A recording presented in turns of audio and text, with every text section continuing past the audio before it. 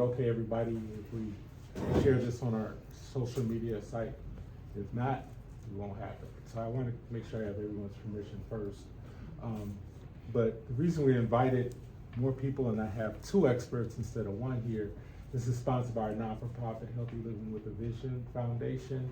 And one of the reasons we started the foundation 2 years ago was really for diabetes education, to raise money for scholarships and grants for people to get diabetes education that couldn't afford it or wasn't on the insurance plan, or for whatever reason, to make access to this really important life-changing information available. We have a number of other initiatives that we do, but to expedite time, I always encourage people to donate. We have a website, healthylivingwithavision.org. We'll put that on our website. We'll give it to you guys. You can go on our website, whatever you can spare, because there's no charge for this. We're not billing your insurance or anything for this particular session. And hopefully going forward, you'll want to come back and get more individualized advice here. But just to expedite things, we're going to introduce Andrea Williams, who is our certified diabetes education specialist, expert and specialist, also registered dietitian. She's been doing this for a while. Good morning. So she's been doing this for a while. Just so you guys know, this is being taped live and will be shared on social media. We want to make sure you have your permission to do this. And then we have Dr. James Thompson, who is a board certified immunologist and allergist, but he's also certified in nutrition. And so that's his real passion. Well, he has a lot of passions, but that's a big passion of his. He's going to talk about his program, his Healthy Kickstart program, after the fact. So I'm going to let Ms. Williams open up right now and just kind of get started and introduce everybody, or everybody can introduce themselves, and we'll get going. Thank you all for being here on a chilly morning. But as Doctor was saying, I'm a certified diabetes care and education specialist, which is just a long title, meaning I've studied a whole lot about diabetes.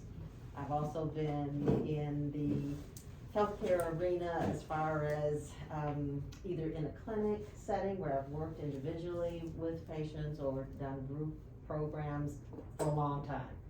And many times when people are diagnosed, or even if they've had diabetes for a while, I still get, after they've attended a presentation or a program, I didn't know that, or I didn't know that, or the other. Part of that is because the world of managing diabetes and living with diabetes is changing all the time. It's changing very rapidly. And so it's really good that you've come out today to get a little piece of information that's current now. And I, as well as what Doctor was saying, I'm hoping that for those who are actually living with diabetes and people that are in your world, it doesn't hurt for them to understand the information as well, because there are a lot of food police running around and out of love trying to help people, but maybe they don't have the latest information either. And we're not trying to always be negative about things. We definitely want to be positive about choices that we make, and so having some information, some foundation around that can be useful, so that we don't have family squabbles going on over eating cookies and things like that. So if there are questions that are related to managing your diabetes with food, exercise, and your medications, I can be that resource for you. In addition to your team, not taking anything away from the healthcare team that you have, but just know that you've got another resource in me. Thank you. Well, thank you very much, Ms. Williams, and Dr. Thompson. Yeah. Thank you. I'm really very glad to be here this morning with you all. This is, as mentioned, this is a passion of mine, just having this kind of an engaging discussion about something so important that has to do with health, that affects about almost 10% of people in this country, adults. And that is a diet and lifestyle driven disease. My background is actually in allergy and immunology. I'm board certified in internal medicine, allergy, and immunology. And for the last 33 years, that's what I've been practicing. Mostly people that have asthma, hay fever, sinus problems, things like that, food allergies, eczema. I have an office in Orland Park. I used to have one downtown until the pandemic came and closed that one down. And so I work out of that office. But about 5 years ago, I got certification in nutrition coaching. I'm not a certified nutritionist or dietitian. I'm a certified health coach in integrated nutrition. It was a year-long certification process. It was about 6 hours a week. But what sparked my interest in it was about 10 years ago when I started studying nutrition. I realized after doing a Daniel fast that I felt dizzy because my blood pressure medicines were too strong. And that's what really clicked the light bulb for me to look into nutrition further, because conventional medicine does not adequately train its doctors for the most part. I would say 90+% of the time in nutrition. We learn about diseases we never see. And therefore, I don't think we're very good sources for information about nutrition. And I certainly, having been on blood pressure medicines for 25 years before finding out by just making good, significant changes in my diet and lifestyle, that we've been really sold a bad set of goods when it comes to conventional medicine, in my opinion. And so we can just, I'm eager to discuss with you diabetes and the approach to it, and the collaboration here with my friend, and under the sponsorship here of Healthy Living with a Vision. And so I'll stop there and we can move forward. Okay. And you guys are obviously affiliated with me in my office a lot, so you all know I harp on even people that are borderline, quote unquote borderline or pre-diabetic, and that's why I start in terms of honing in the patients that we see, that we have to take that very seriously. Because my own walk, as I've shared with you all, is I was pre-diabetic and I was a knucklehead. I'm fitting to exercise, I'm fitting to lose weight, fitting to get in shape, and then boom, you have some catastrophic health event, and now I'm type 2 diabetic, and I'm trying to live a better life, but I also emphasize taking baby steps, because a lot of times we are so overwhelmed, and we're having problems, we're on medications, and your physician says, lose weight, watch what you eat, take your medication, and we don't know where to start. And sometimes we get hung up and hit a roadblock, and then we don't know how to move past that. So we lack a lot of knowledge, and so little bits, 1 or 2 bits of knowledge here can take you a long way, but you keep being consistent.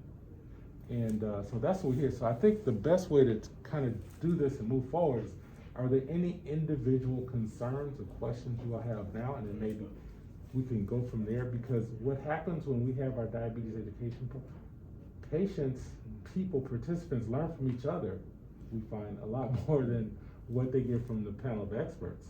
Because what might work for you may not work for you, or what works for you may work for you. So it could be little things like meal prep, how do you get your steps in, how do you handle eating out, how do you handle stress? So are there any specific concerns? This is your opportunity to, because I guarantee if you have any concerns or worries right now, somebody else in this room has those. I became a diabetic when I was pregnant with my son. He's 23, so that's been 23 years. I always wonder if you ever get, if your body ever gets used to a medication where it's not working anymore. That can happen, but what most often happens is the medicine is doing what it set out to do, but other things have changed, your needs have changed. We see that analogy a lot with antihistamines, and people ask me, well, am I getting used to this antihistamine, because now it was working for my runny nose, but now it isn't. And I never say 100% because there can always be exceptions, but generally speaking, no, the severity has changed. I tell people it's kind of like if you put on they call it Indian summer, you put on a sweater, you got this nice cashmere sweater, it looks great in October in Chicago, but then in January the sweater doesn't seem to work anymore. Well, that's not because of the sweater, right? It's because the conditions have changed. So I think really most times that's not the case. It's that things may get advanced, or maybe there's some other circumstances, but the medicine's doing what it was likely doing before. one problem with conventional medicine is with conventional training and doctors, and the way we approach this is that we just treat the disease, and then we don't do enough for the root cause, and so the disease progresses. So first you're on this pill, then you're on 2 pills, then you're on 3 pills, then you're on insulin, right? And that's natural progression, which doesn't have to be if you address things with a focus on diet and lifestyle, in most cases. If you have type 1 diabetes, which is less than 10% or about 10% of diabetes that's out there, you don't make any insulin anymore. You need to have some replace insulin. But 90%, 90+%, especially if you look at just adults, have type 2 diabetes. And 90+% of the time, you're able to make a significant change with diet and lifestyle, oftentimes where you don't need medicine. And I guess my question comes from, with all these new medications that they're coming out with, you know, and you've been on these old medications for so long, how do you know if you need to take a vacation or from the old into the new? I think a lot of what we're seeing now, at least in my career of being an educator, the world of diabetes medicines changed dramatically. We only had, back in the early days, we had a few oral agents and insulin like that, and it was only like 2, you know, fast-acting insulin and long-acting insulin. That's all we really had as tools to help people manage their blood sugars, to manage diabetes. And it's amazing, over the last 20 years, there has been a lot of research. This is kind of going into what Dr. was just speaking to as well. Things changed in that science got better, technology improved, we were able to examine things more. And, you know, those scientists, you know, curiosity was there. Let's find out what's going on. You know, we thought it was just that diabetes was, oh, the person's body, the pancreas isn't making as much insulin as it was before, and so we've got to work with that. Come to find out, there are all kinds of things beyond that that are happening in the physiology of the body, other things going on. And so what some of the newer medicines are focusing on is correcting some of those issues that we just learned about as far as what's actually happening with type 2 diabetes.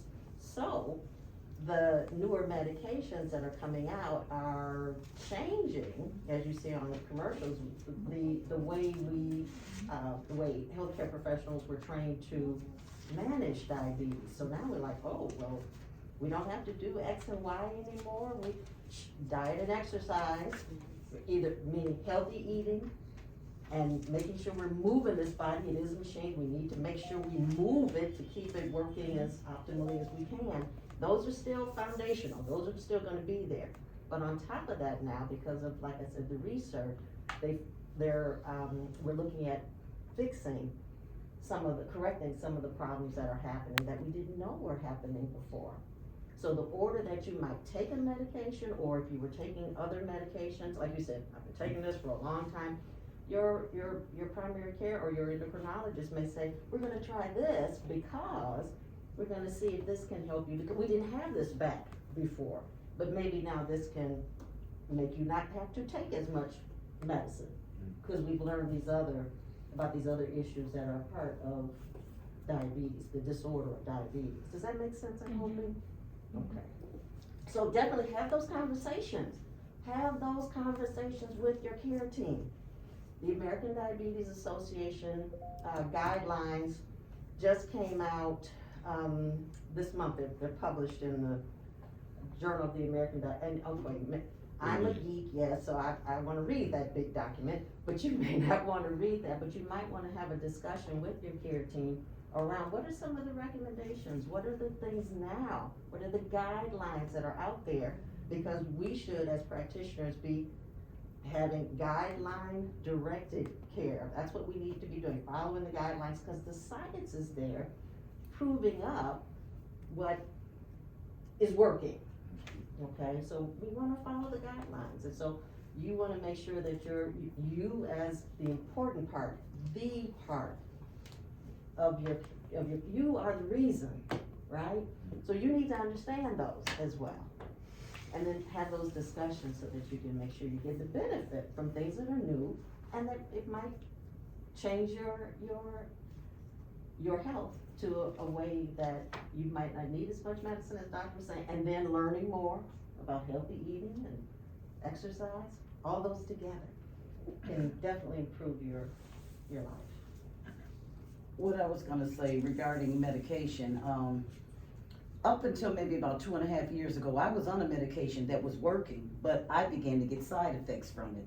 I was on metformin. I had severe case of diarrhea, and this medicine did great keeping my diabetes down. So my doctor had me decrease the amount I was taking. It just wasn't happening. So he took me off of it. Period. So I was reading negative things lately about metformin. I don't know what's going on into it, but I really just stopped taking that. But I have struggled fluctuating my sugar since I've been off metformin. I just take strictly insulin now. I don't have a pill. Also, I take Lantus at bedtime, and I take Humalog during the day for fast acting.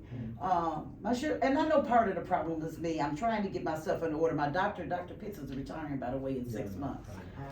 So I'm trying to get myself together before he retires. At least give him a gift that I lost. I've lost some type of weight before you left, before you leave. So I know I don't exercise like I should. I was doing, getting out. COVID kind of stopped that, so I try to do things at home. My brother told me about yoga and stuff on TV, because I also suffer with the sciatic nerve, very, very painful at times, and just trying to, and watching what I eat. My problem is stop eating late. I got a deadline. I try not to eat past 8 o'clock now, which sometimes is very challenging. So my struggle is my blood sugar's fluctuating up and down. And you and I have talked about that We before. have, yeah, and we can again. Okay. Just because we talk once or twice doesn't mean we can't continue to talk. But with that saying, it's just nothing else. Because I tried some of those, what is it, Rebellus or something. I got sick off of that. That didn't work for me. It was another one, because that was supposed to help also with the weight part. The only things that still doesn't bother me is the Humalog and the Lantus. But those other, where you take them, inject yourself once a week. Rebellus, and it was another one that he had, Baeta, both of them. I got very sick off of both of them. So, is it Baeta or whatever? So I've tried both of them and they didn't work. So, but unfortunately I couldn't do the metformin because I just developed, and I had been on metformin for years, at least 10 years easily. And he told me that your body goes through changes too at times when that happens. So I don't know what happened. I thought it was something else, and I realized, I started documenting stuff. It was the metformin. After I came off of it, the diarrhea stopped. Well, you mentioned one thing. This learning is lifelong and it's ongoing. I've had people that say, I went to an education session with a nutritionist 5 years ago when I was first diagnosed. And then we have and haven't been back. So it's ongoing. So don't think that because you know everything. And I hear that a lot. Oh, I know what to do. But how's that shown in your results? And so, like little small changes, and there's a buzzword that goes around now called patient-centered care. So no longer are we supposed to dictate as practitioners what you should do.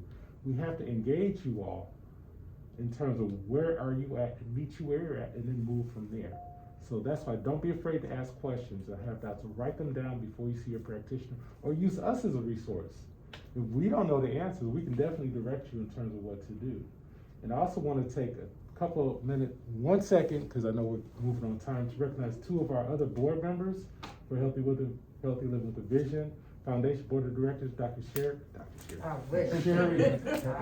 Witter Smith, who snuck in here behind the mask. But I do want to say something. One of our initiatives is organ donation. And Sherry is looking for a kidney, her second one. And she is phenomenal and high energy. And like I get tired thinking about all the performances. She's a professional Whitney Houston impersonator, and you should see her shows. We're gonna do a fundraiser with her later on in the spring. But that's one of our initiatives in terms of communities of color, organ donation, and she's our poster child for that. And she's also a nutritionist. And lupus survivor too. So all of us have gone through some things personally, health-wise, and we use that energy to inspire and engage others. And then we have Tony Oates here in the back, who is a registered nurse, been in the field for many, many years. She had her finger up, but she's our board of directors, also our treasurer on the board of directors. And you had something you wanted to add? Yes, well, thank you very much. From a nursing perspective, what Dr. Johnson said, I strongly encourage you to have conversations with your physicians, so that you can show that you're involved and you're interested. And as a note, take a notebook with you. And this is a nurse in me. Healthcare providers, they behave totally different if they know you're taking notes.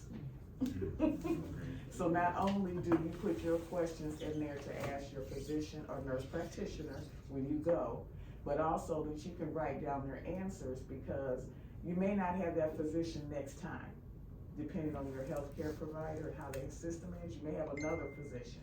And you wanna be able to say, well, when I saw, Dr. Allen 3 months ago, he said, and then you start flipping through your book. And then they're gonna be more conscientious and understand that you are participating in your care. Because that does make a lot, it does make an impression, because from my standpoint, if I was, as a nurse, I always go in the room when the doctor comes in, because I can look on a patient's face and I can see everything they said just went over their head. And as a nurse, I'm an advocate, and I have to say, excuse me, and I'll say, it looks like you have another question, or do we need further clarification?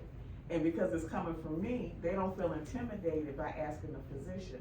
Because a lot of people, many people, especially people of color, they don't want anyone to think that they don't know. Because then they don't know how that's gonna proceed. It's not that I don't know, but somebody else may think, oh, they're just ignorant, they're just asking a question. So always feel free to ask a question. And number two, you have a right to have someone with you. To have an advocate with you, as long as they're an adult. Oh, you have anybody over 18, you have a right to have someone in the exam room with you, and they cannot deny that right. So keep that in mind too, because it takes a whole family to help anybody get well or make that transition into wellness. So just keep that in mind. And there's a book that, and I was kind of trying to look around the room to see if I saw it, talking about preparing for your office visit. Do you remember having that one? If it's not here, I can get my hands on some and bring it, but it gives you some, just like Nurse was saying, and it gives you a place to write stuff down in this book, but it gives you some ideas of questions you may not even have thought about trying to ask about, when you have an office visit, what should I be asking? I'll bring it if it's not here. And so please check back with Doctor to get them. But many times we don't know what to ask. There's so much information coming at us so quickly that it can just make your head spin. And then when you leave, you're like, oh, I should have asked this. I should have thought about that. Always write those questions down, even if you're gone, because you are gonna come back if you have a second visit, or even call back to the office. Some offices I've seen now, they're really getting good at the provider sending you, responding to emails. So, or phone calls and they'll call you back. Whatever way your office goes, because every clinic does something different. But don't let your questions go unanswered, because you indeed are the center, or like Doctor was saying, patient-centered care. It's all about you, and you need to feel that it is all about you, that you're participating, in as much as you feel comfortable doing. We want you to feel as comfortable as you need to, because it's your health. Let me share that coming into this, I had 3 objectives that by the end of the segment I was hoping to have fulfilled. One is that we answer any questions you have. That's the first objective. And that goes along with the patient-centered model. 2 was that you leave here with a thorough understanding of the disorder of diabetes, because there's a lot of misconceptions out there. Some people don't live through type 1, type 2. Some people wear type 1.5. The type 3 is not a real disorder, but if anyone's interested, I can tell you what it generally means. But really have a thorough understanding of what you have when you have diabetes, particularly type 2, and how you get there. There's some misconceptions among doctors in how you get there. There's a tendency to think it's all about sugar, and it is partially about sugar. Certainly, one thing everyone with diabetes has in common is they have elevated sugars.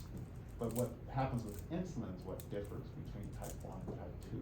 As I mentioned, with type 1, you don't make any more insulin. That generally shows up in the first decade of life. It can sometimes show up a little bit later. But with type 2, which generally, they used to be called mature onset diabetes, but the reason why they're giving up this terminology is because we've seen younger and younger people have type 2, and that has mostly to do with diet and lifestyle. But type 2, you actually, for sometimes years, make twice or more as much insulin than the average person, because it's insulin resistance. You're making a lot of insulin. You have those beta cells of the pancreas, they're called, that make insulin. They're working, but they're having to overwork because the cells that need to have the glucose go inside are not responding because of insulin resistance. And it doesn't start with eating a lot of sugar, interestingly. It starts with fat. It starts mostly with saturated fat. And one of the most common sources of saturated fat happens to be meat and dairy products, cheese, and things like that. And so generally, when you back down on that saturated fat, you're on your journey to do better. Because the saturated fat is what leads to the insulin resistance. If you go get a McDonald's burger and fries and milkshake, your body's gonna burn the sugar first. You know what it's gonna do with the fat? It's gonna store the fat. And so we keep doing that every meal with fatty meals, and the standard American diet, which is 60% processed food, 30% meat, egg, dairy, only about 10% fruit and vegetables, and maybe even in surveys count ketchup as one of those, and fries. And it fosters diabetes, it fosters heart disease, which is the #1 killer. It fosters cancer, the #2 killer. It fosters COVID. People that eat the standard American diet or fatty diet have a higher risk of COVID. So you knock out a lot of things when you eat healthier. So anyway, so understanding the disorder is the second objective. The third objective is to, at some point, cover about 5 points that I've learned about how you can tackle this. They have a lot to do with what you eat. And one is plant-based. Eating plant-based is really crucial. 2 is eating low-fat plant-based. Because there's a way you can eat plant-based and still eat a lot of fat. 3 is eating whole food plant-based. That means less processed food. You see a lot of stuff. This is vegan this is vegan that. Loaded with salt, fat, and sugar. Coconut fat, palm oil fat. That's saturated fat. Don't settle us, oh, this is coconut oil, it's okay. That is just as bad as the fat that comes from the meat. So learning about those things are important. Let's see, the fourth thing was exercise. Exercise has to be a part of it, really. And again, I'm speaking generally, not prescriptive, because if you're not used to exercise, you definitely need to talk to your doctor first, because you don't want to get out there and then, get out there and exercise. But you don't have to do insanity workouts, folks. Just walking, brisk walks, and we're talking 30 minutes most days of the week. That's often enough, as long as it's consistent and so with the time. And your legs, if you can, those legs should be involved. The greatest pumps you have next to your heart are your legs. And we're talking about preserving blood vessels. The last one comes later, because we don't want to do, Dr. Johnson mentioned baby steps. We don't want to take leaps and bounds here. But one thing to keep in mind too, they've shown a lot of research now that intermittent fasting can be helpful for diabetes and managing your blood sugars. But you don't want to jump into all of this at once. But just learn more about these things, and then work your way at some point to the intermittent fasting. Because what was said, what's your name? Charlene. What was said to Charlene about not eating too late, that's crucial. The one thing about intermittent fasting is it narrows that eating window. And then if you do it right, you're not eating too late either. And your body is very habitual. Once you start doing something over and over, just like, if you go to bed at a certain time, several days in a row, that's how your body clock goes, right? If you strategically eat at a certain time, eventually that's what your body's gonna be used to, and it's not gonna be as hard. And so, that's something to just make note of. Don't try to do all this at once, but just kind of have a plan and work your way through it, and you'll have some success. So what you might try, what Doc was saying, because yes, it's great research that really showed that you could eat the same amount of calories after 8 o'clock and on, and your body's gonna treat it differently than if you ate it earlier. So I explained it that our body, the sleep cycle, like doctor says, but there's a difference, and as women, we know about cycles also. So we know every 28 or 38 days, if we didn't have our other cycle, better check that out, what's going on. So our body likes cycles, and it follows those, and we change those cycles by making those decisions to let other things perhaps be more important. And so when you get into intermittent fasting, you're saying, I'm gonna eat during a certain window of time, and that's it. And usually those windows of time are, depending on where you are in your progression, some people need to start with, okay, I need to eat within 10 hours, maybe because of my work schedule. Some people can reduce it down to 8 within an 8-hour window. And I think some research shows somewhere in that 6 to 8 hour range is where people are having more benefit. So, like Doc said, you may not be able to start at 6 or 8 hours right now, but at least kind of back that time up. I think it used to be, I remember coming to people say, well, I try not to eat after 6 o'clock. So maybe you can begin to see for your schedule, how close to, maybe 6:30 if I can make that my last meal of the day. And then go backwards. Arrange the other meals within that time.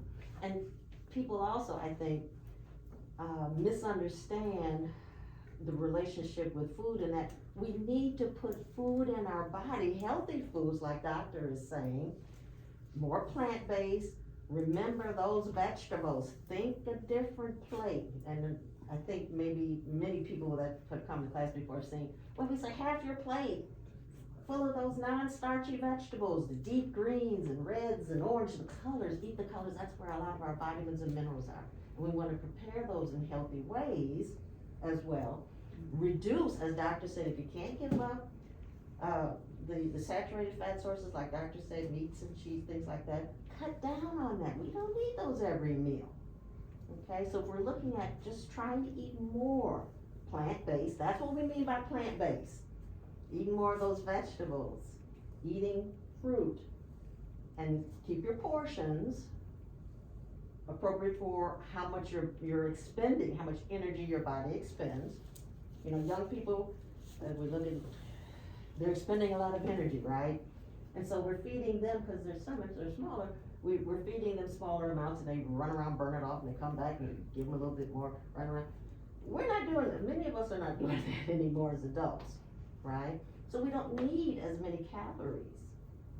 Okay, we want to make sure we're putting in calories that have more nutrition per bite of it that we're eating. And that's when we're talking about those plant-based, vegetables, fruits, okay, whole grain if you're eating some grain. When we mean whole, it's less processed. So we're talking about whole if we do like brown rice. It's not refined, whereas white rice, it's been refined. The good germ of that grain has been removed, and that's where the vitamins and minerals and fiber are. So it's just like calories. That's all we're getting, is starchy calories. So slow steps, become more aware of the foods, but right now you can make some decisions about timing what you're eating, and then increasing those veggies. And what you drink, I'm gonna add that too. What you put in liquid, oh, please be careful of what you drink. There's so many calories, and they're selling drinks like everybody thinks Gatorade is wonderful. And I don't know why. I'm trying to understand that, but they've got a good market for it. Those are professional athletes on the field losing electrolytes and sweating and carrying on. That's why they developed that cocktail for them. We're not doing that. We don't need that stuff, whether it's Gator or Monster or whatever the other aids are. We don't need all of that. And definitely the sugar or calorie-filled beverages, those hit your bloodstream, those get into your bloodstream very, very quickly, up go your blood sugars. If you're dealing with high blood sugar already, it's very difficult for your medications to be able to pull those blood sugars back down. One of the things I learned is looking at labels when you're drinking, when you see 0 calories, there's probably artificial sweeteners in there. Artificial sweeteners a lot of times will mess with and damage your gut biome. That's the good bacteria that's in your stream. The new class of medication called GLP-1s, that's the once-a-week injections, they mimic those gut biomes. So that's why people are able to lose weight and have better control. So your natural gut bacteria have a lot to do with your insulin resistance. They have a lot to do with how you burn your calories or weight, and actually even your immune system. Am I correct? Be careful. I used to be a big Diet Coke drinker, right, or diet beverage. So if I see artificial sweeteners on the label, I stay away from that. I'd rather have a little bit, few grams of real sugar than any other, because I don't want to damage my gut. But it's already damaged when you're living with diabetes. So watch your drinks. Be careful those 0-calorie drinks, because I guarantee if you look at the label, there's artificial sweeteners in there that are not good for you. Yeah, studies have shown that these artificial sweeteners actually later on make up for those carbs. There's a tendency to eat more. Because one thing I noticed, I keep bringing up McDonald's, but you know, people come in there and they go, let me have 2 Big Macs and a fry and a big Diet Coke, right? So, what's the point? That was my standard meal. Going way home. Yeah. Really, it does make you, if not at that meal, later on, make up for those carbs. So that's 2 things, you know, it really disrupts your microbiome, and it really, you end up replacing those carbs anyway, so it's really not good. Not to mention the other chemicals and dyes and stuff like that, preservatives. The other thing I wanted to mention too is I wanted to dispel a couple of myths. One is, one of the most frequent question people ask is, where are you gonna get your protein? Right? Where are you gonna get your protein if I cut back on this meat, or I cut it out, or I cut out the dairy or cheese? And the thing is, the building blocks of protein are amino acids, okay? And every plant you consume has amino acids. Every plant. So if you eat a variety of plants, the last thing you're gonna have to worry about is protein. There's a little more protein in the whole grains and in the legumes, also in nuts and seeds. So you do not have to worry about protein.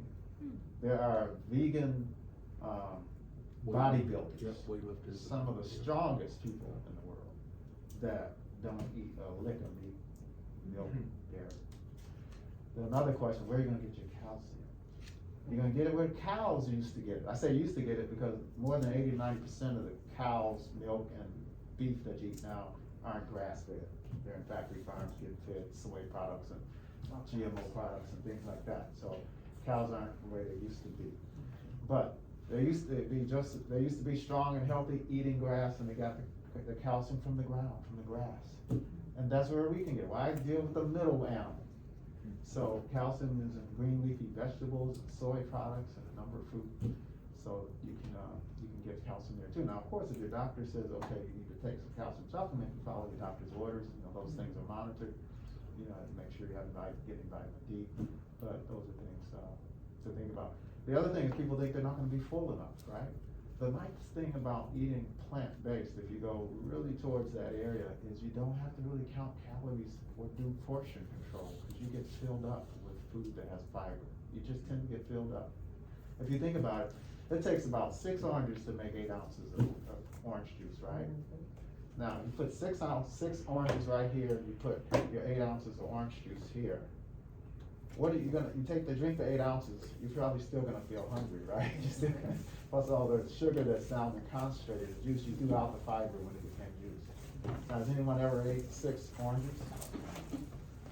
How many oranges do you think before you get full? Maybe 2, 3? So the thing about it is food that's not, and that's a form of processing. Juice is a processed food. And so when you eat whole food, which means minimally processed, then you are going to get full. You're going to have that. So there are 3 components to satiety. Satiety meaning feeling full after eating. One is that you have no calories. 2 is that you have fiber. And what's the third one? The third one is that it has enough nutrients. If you fulfill those 3 things, you're going to feel full enough. The problem with a lot of these processed foods, they don't have the nutrients.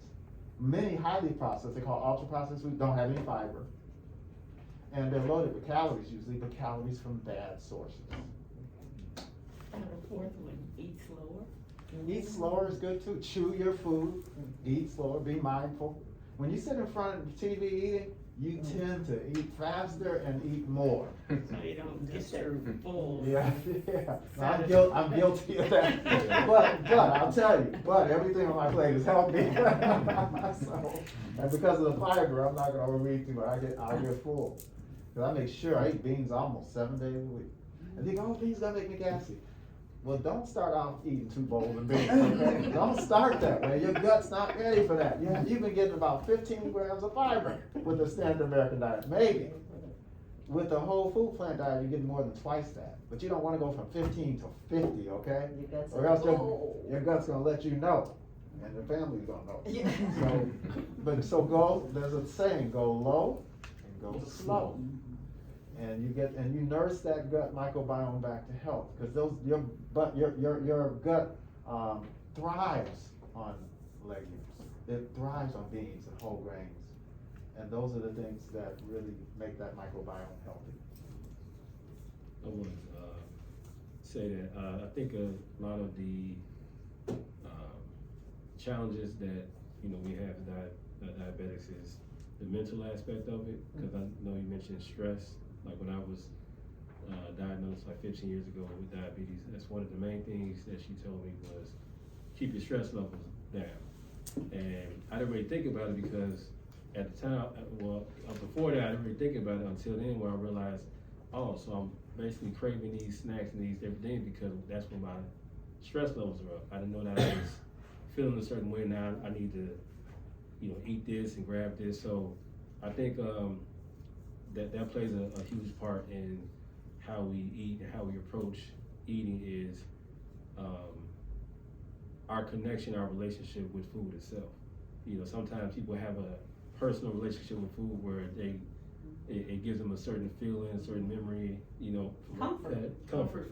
And like I've changed a lot of my eating over the last few years, and I have my son and my wife. They're very, very picky eaters, and it's like I have to balance that between, okay, here's what I'm going to eat, and I'm trying to make sure that you all are, aware of what to eat, but also understanding that, even that can be overwhelming, trying to manage, so many things. So I think it comes back to keeping your stress level down and just having a certain method of approaching food itself. Like we say, after a certain time, we're not going to eat. I think a lot of that just comes with, you have to tell yourself, enough. This is enough. I don't need it anymore. And I think that plays a huge role into how, as our body changes, our mind changes too. So it's like, oh, I'm telling myself this enough, and doing it is actually going to, change it to a new thing. So. Absolutely, you had some very important points. I think you'll find that if you, along with telling yourself that, you set yourself up for success, right? You set yourself up for success when you have healthy foods accessible to you, when you don't have the temptations laying around.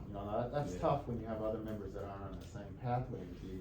You can't tell, like, it's hard to tell your family, okay, don't bring any of this stuff in the house. Right. Although you can have that conversation, because while you're trying to get through this journey, the thing is, once you get a certain way through it, it won't be hard anymore. That's what my personal experience and many people I've experienced have shared, is that once you break the cycle of these things and bring your the taste bud level down from that highly sugarized, highly fatty stuff you're used to, that desire for it goes away, because you desire the wholeness and the sweetness, the natural sweetness of foods. And it's a beautiful thing once you get there. Yeah. And so, yeah, you're absolutely right. Another thing came to mind when you were talking, you said something else I wanted to address.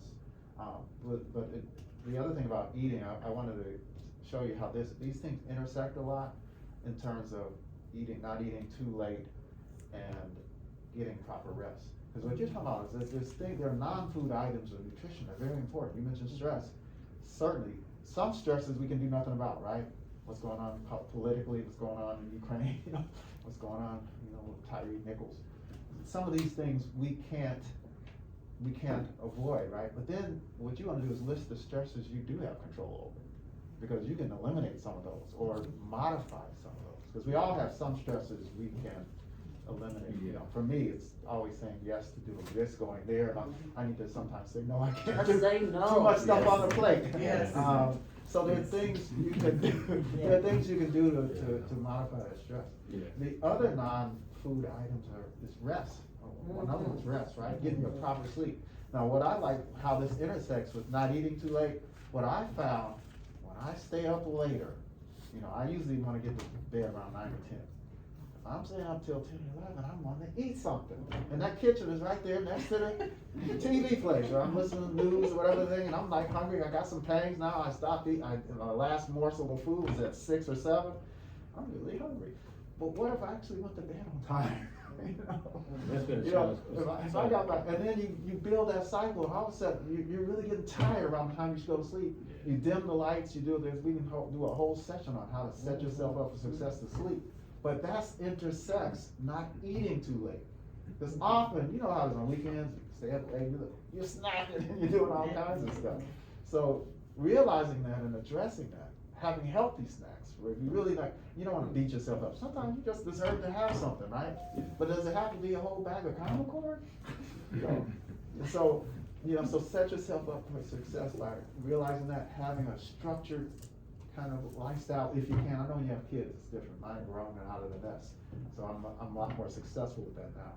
But that's what you want to try to strive for. Yeah, that's been my challenge too, where I work at a gas station, Yeah. and some days I don't get off until 10, 11 o'clock at night. Yeah. And all day, I'm constantly seeing, you know, I'm stocking Gatorade, I'm stocking this, so all day I'm seeing everything that's wrong for me, I can't have it.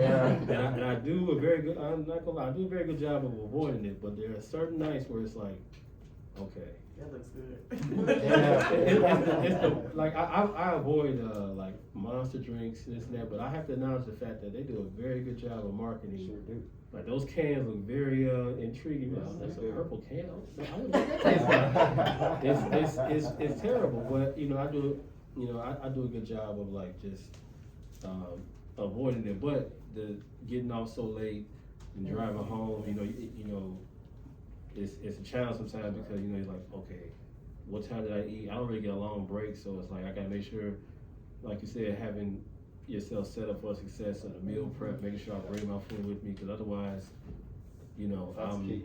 I'm Yeah. just, So work with the dietitians on your with your schedule. Yeah. They can help you.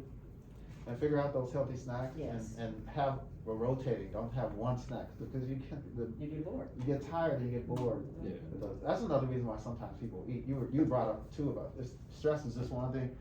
People eat when they're lonely. People tend to eat more when they're fearful of something. There are about 5 or 6 different emotions and all those different things that end up going towards eating.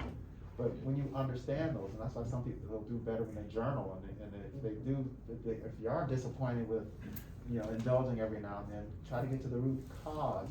Are you emotional eating?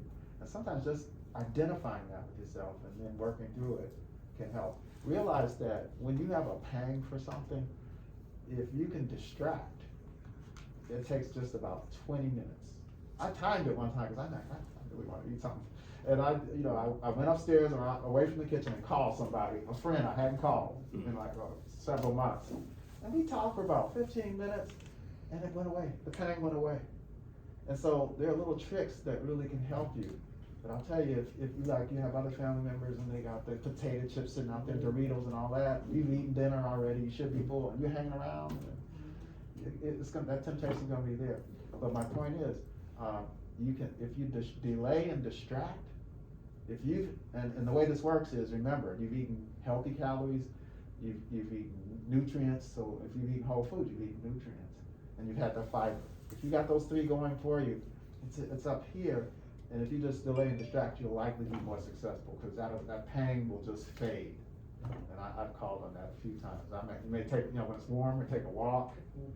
There's all kinds of things you do. Call a friend, if you play an instrument, start playing an instrument, whatever it is, but delaying and distracting can get you out of that mode of craving.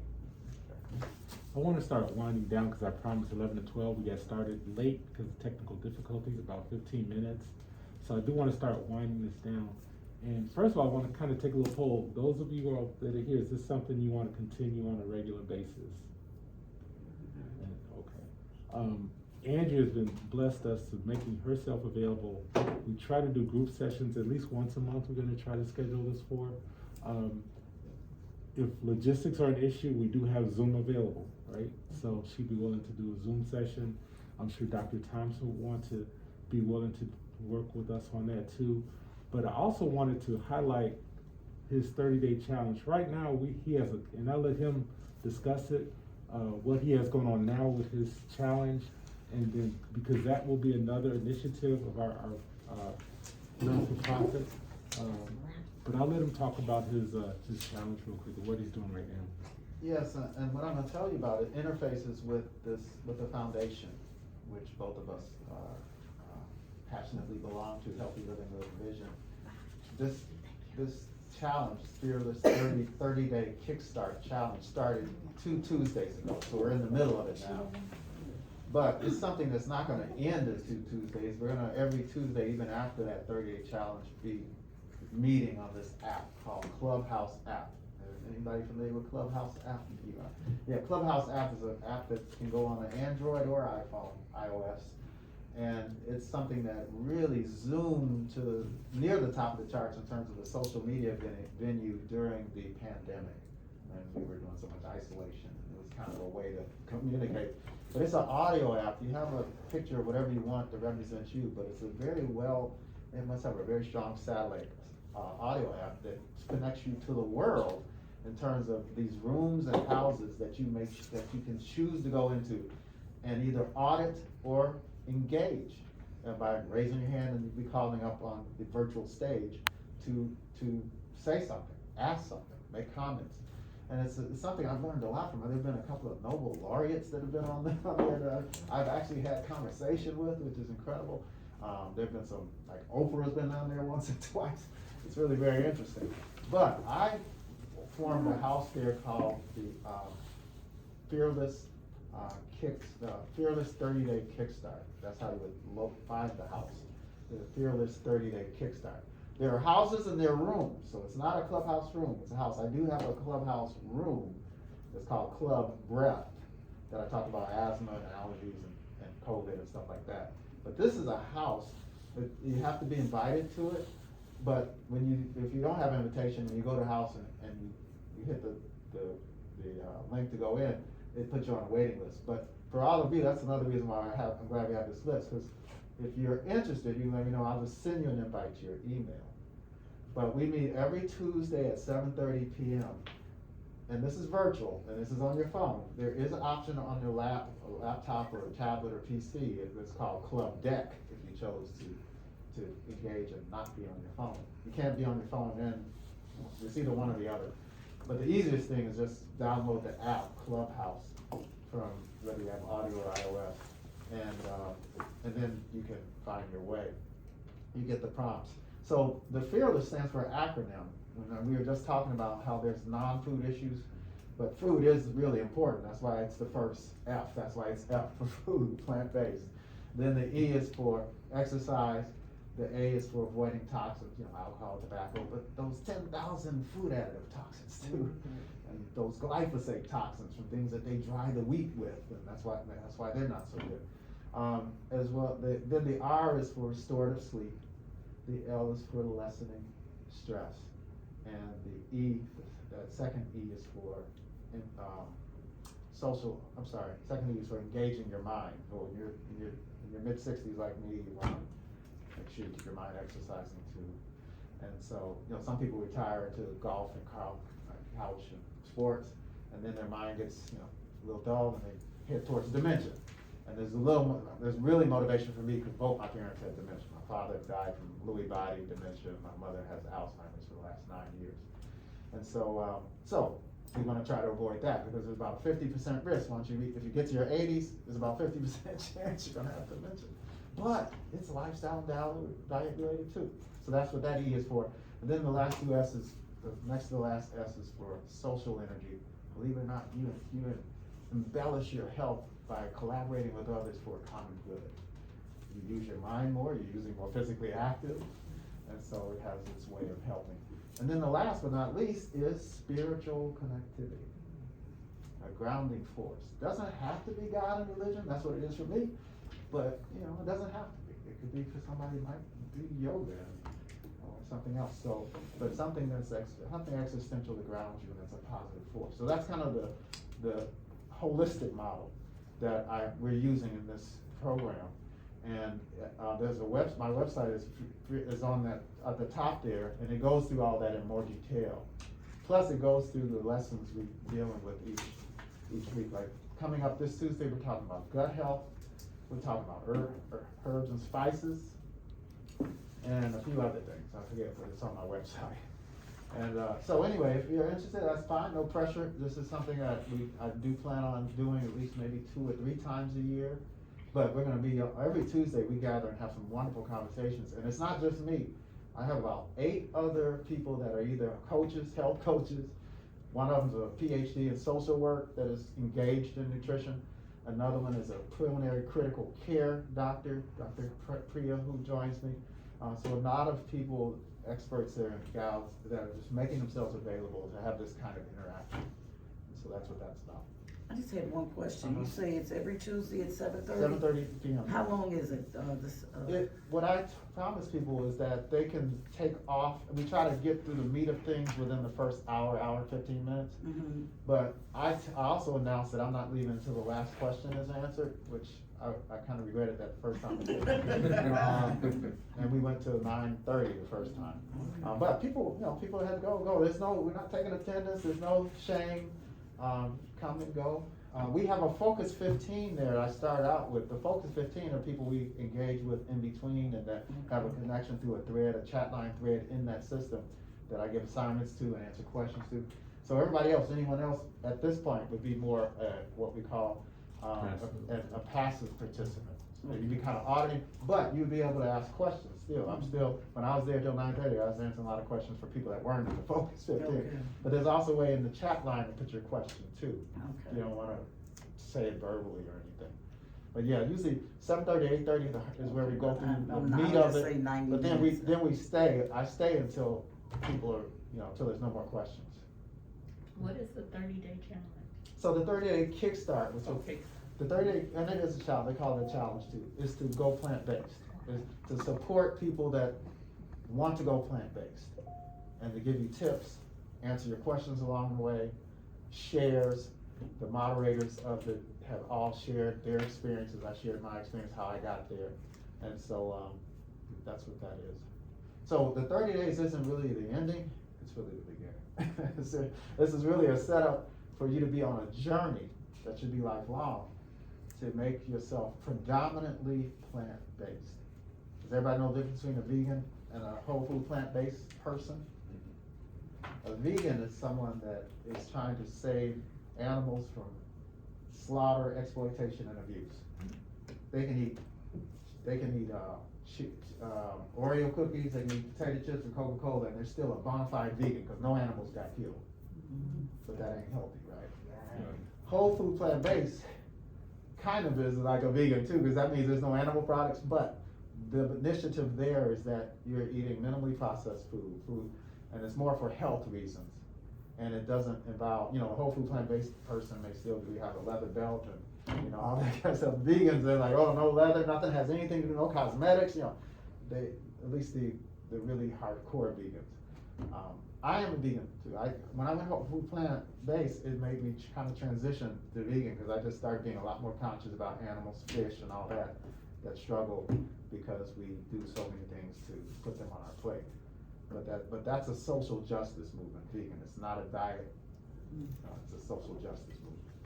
Okay? Okay, I have a friend that's plant-based, but she loves eggs. Right. So she does, she's She's a strictly vegetarian. fish and vegetables, but she says she struggles. She can't, every time she tries, she goes withdrawals. She doesn't have an egg. So but she eats eggs. And I always thought, so what does she consider? I would tell her, I would ask if well, the thing is, some people don't have an interest in doing more for their health. So you have to have some interest, but if she's interested in optimizing her health, then she can maybe try to substitute. It's really about substitutions. There's a she's tofu super scrambled. I healthy. love eggs too. I love Yeah, scrambled eggs. I get this firm tofu, so, what do you call it? Organic firm tofu, and crumble it up. Throw some turmeric in there. Now turmeric's very healthy, antioxidant. Season it up, onion and stuff like that. It looks like scrambled eggs. It has the texture of scrambled eggs. It's my scrambled eggs. There's also something called Just Egg, made from mung beans. No animal products in there. And that can go as a substitute. So, you know, Doc has some recipe, you can talk about your recipe. yeah. Let me, He's I'm got trying to be some mindful of recipes. everybody's Okay. time, Okay. because it's 12:19. You see how this can keep going, because we're all interested in our health, right? I do wanna mention one thing too, because the level of nutrients in our plants now that we get at grocery is a lot lower than it was 30, 40 years ago. So don't totally rule out supplements. I was just at a webinar, eye-based real webinar, that said turmeric and curcumin were actually very effective in the back wall of the eyeball. We talk about lutein and zeaxanthin, but turmeric and turmeric, anti-inflammatory. Diabetes is an inflammatory problem with the body.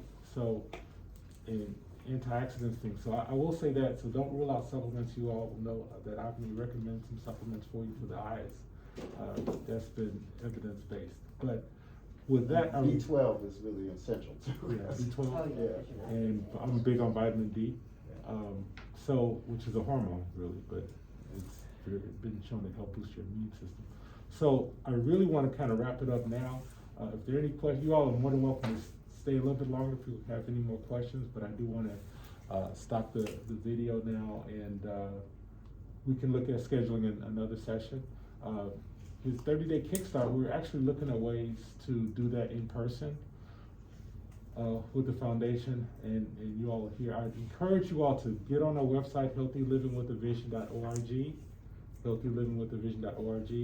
And if this has been worthwhile, just, whatever you can give, there's a spot on the menu where you can make a donation, so we can continue and expand these programs. Would you say that again? Healthy Living with a Vision, all spelled out, .org. healthylivingwithavision.org. And with that, I think we're gonna end this official session, and you all are more than welcome to stay around. So, thank you all. I just wanna thank you for your time. Oh, you're very welcome. The Very welcome. information.